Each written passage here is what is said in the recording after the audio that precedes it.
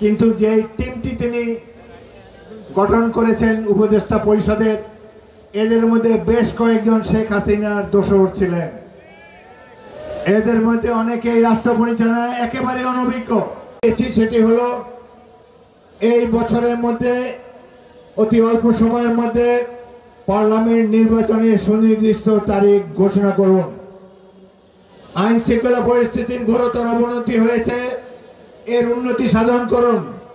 দ্রব্যমূল্য জনগণের জনজীবনকে বিলম্বিত করছে, সাধারণ মানুষের নাবিশ্বাস উঠছে, নিত্য প্রয়োজনীয় জিনিসপত্র তাদের ক্রয়সীমার বাইরে চলে গিয়েছে। এই সরকার অধিকাংশ ক্ষেত্রে ব্যর্থ। তারপরে আমরা প্রফেসর ইউনূসের দিকে তাকিয়ে এবং যাতে করে রাজনৈতিক দল সমূহের মধ্যে, ফ্যাসিবাদ বিরোধী শক্তি সমূহের মধ্যে কোনো ধরনের বিভেদ না আসে, সেই জন্য আমরা আমাদেরকে বিএনপিকে সংযত রেখেছি। বিএনপি নেতা কর্মীরা যেইভাবে নিগৃহীত হয়েছে, অসংখ্য মিথ্যা মামলা, ৬০ লাখ বিএনপি কর্মী এখনো এই গায়েবী মামলার আসামি হয়ে রয়েছে, সেটাও আমরা প্রধান উপদেষ্টাকে বলেছি। এই ব্যাপারে তারা অত্যন্ত স্লো, তাদের দৃষ্টি জনকল্যাণের দিকে সবসময় থাকে না। এই সরকার রাষ্ট্র পরিচালনার ক্ষেত্রে যাদেরকে নিয়েছেন টিমে, প্রফেসর ইউনূস, তাকে আমরা অনেক সম্মান করি। তিনি এই দেশের কৃতি সন্তান, বহির্বিশ্বে ব্যাপক পরিচিতি তার রয়েছে।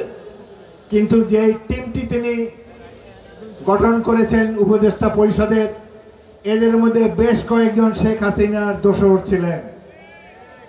এদের মধ্যে অনেকেই রাষ্ট্র পরিচালনায় একেবারে অনভিজ্ঞ। তারা রাজনৈতিক দল সমূহের সাথে আলোচনা করে তাদের বাস্তব অভিজ্ঞতা লাভের জন্য তাদের মধ্যে কোনো একাগ্রতা আমরা লক্ষ্য করি না।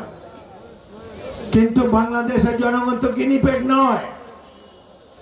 বাংলাদেশ 18 কোটি মানুষের দেশ। যুদ্ধ করে আমরা এই দেশটিকে স্বাধীন করেছি, নানা ধরনের এক্সপেরিমেন্ট করার জন্য নয়।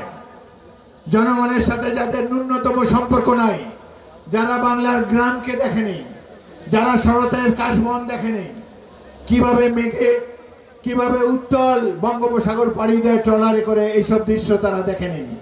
ঝড় ঝঞ্ঝার মধ্যে চরাঞ্চলের মানুষ কত অসহায় থাকে সাইক্লোনের সামনে। এই ধরনের বাস্তব দুঃখ দুর্দশা ফেস করার কোনো অভিজ্ঞতা তাদের নেই, অথচ আজকে তারাই বাংলাদেশের ভাগ্য নিয়ন্ত্রণ হয়ে বসে আছে।